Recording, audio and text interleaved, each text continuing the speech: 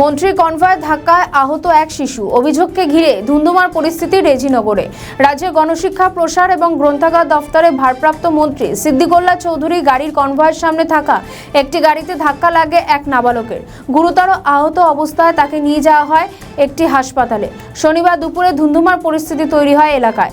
এই দুর্ঘটনার পর স্থানীয় বাসিন্দারা রেজিনগর থেকে সর্বাঙ্গপুর যাওয়ার রাজ্য সড়ক দীর্ঘক্ষণ অবরোধ করে বিক্ষোভ দেখাতে থাকে। খবর পেয়ে ঘটনাস্থলে পৌঁছয় বিশাল পুলিশ বাহিনী। এলাকায় পুলিশ পৌঁছে পরিস্থিতি নিয়ন্ত্রণে আনে।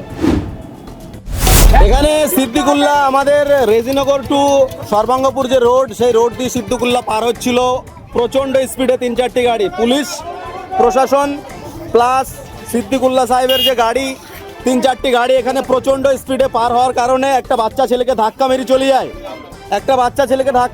যায়। আমরা দাঁড়ানোর চেষ্টা করাই গাড়িটা মোটেই না দাঁড়ায় না।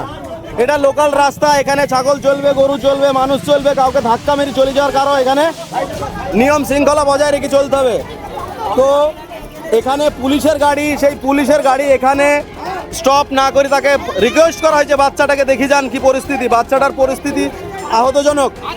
তো এখন সেই যে গাড়ি, সেই গাড়িকে আমরা এখানে ডাকতে চাচ্ছি যে এই গাড়ি যেন অবশ্যই এখানে আসুক এবং এখানে বাচ্চার ক্ষয়ক্ষতি, ট্রিটমেন্ট, নিয়ম শৃঙ্খলা সে যদি ভুল করে থাকে তার সে ক্ষমা প্রাপ্তি হবে।